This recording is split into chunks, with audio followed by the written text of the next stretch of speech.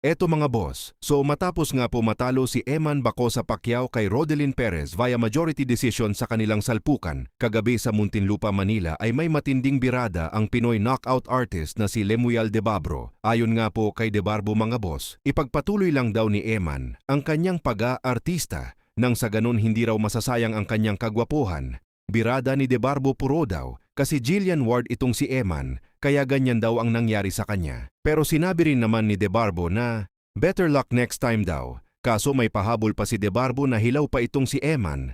Samantala tila sinisisi naman ni Debarbo si Silver Voice TV mga boss. Birada ni Debarbo bakit daw kasi dumikit si Eman kay SV. Alam naman daw na malas ng Pinas itong si SV. Sinabi pa ni Debarbo mga boss na kahit daw mambabarang ay umaayaw kay Silver Voice, sabay tawa niya. Matindi rin mang asar itong si Debarbo mga boss. Mantakin nyo, maski daw mambabarang ay umaayaw kay Silver Voice. So anong masasabi ninyo dyan mga bossing? Samantala bagong PBF Youth Lightweight Champion na si Rodelin Perez mga boss ay nagsalita ito sa channel ni Podcast Sports at agad nagpakawala ng matinding birada. Ayon kay Perez bago siya lumaban kay Eman Bacosa, Pacquiao ay tinawag daw siya na isang delivery ng tubig at isang magtataho. Kaya sinabi niya sa interview kay Pau Salud na tinalo lang si Eman ng isang magtataho. Delivery water lang daw po ako, saka magtataho.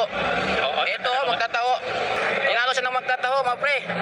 Bukod po dyan, ay inamin nitong si Perez na target daw talaga nila na iligpit ng mas maaga si Eman at hindi na paaabutin pa sa kamay ng mga hurado. Pero matigas rin daw si Eman mga boss, dahilan upang umabot sa sukdulang rounds ang kanilang naging salpukan at hindi nga raw siya makapaniwala na siya ang nanalo sa laban. Bagamat hindi pa nagsalita si Eman sa kanyang pagkatalo ay nagsalita naman ang kanyang nakababatang kapatid na si Jenks Bacosa. Ayon sa kapatid ni Eman, hindi hadlang ang talo sa nasimulan na pangarap at laban sa buhay, tuloy ang karera at pangarap. Congratulations pa din Kuya Eman. Naalala ko tuloy ang unang talo ni Manny Pacquiao kay Rustico Torrecampo noong February 1996. Mga boss, undefeated dyan si Pacman nung binaklas ni Torrecampo, pero agad bumalik si Pacman ng mas malakas.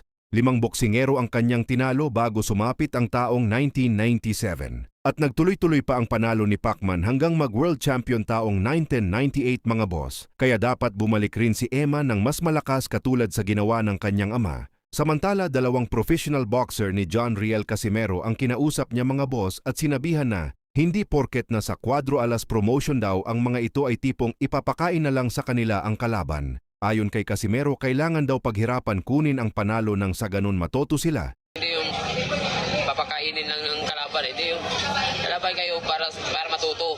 Samantala, tagus sa buto naman ang real talk ni bare knuckle super welterweight world champion Rolando Gabrielde. Ayon nga kay Rolando mga boss, yan ang sinasabi ko sa inyo, good record doesn't mean a good boxer. Especially in this new days of boxing, kasi uso na cherry-picking opponents ngayon lalo na raw mga boss. Kapag maganda ang stable ng boxer or ang kanyang manager, dagdag birada pa ni Rolando. Minsan daw yung magaganda ang kartada. Kapag nakita ang kanilang laro, akala parang customer lang daw sila sa isang boxing gym. Medyo mabigat ang pahayag na yan ni Rolando mga boss, pero ika nga, real talk.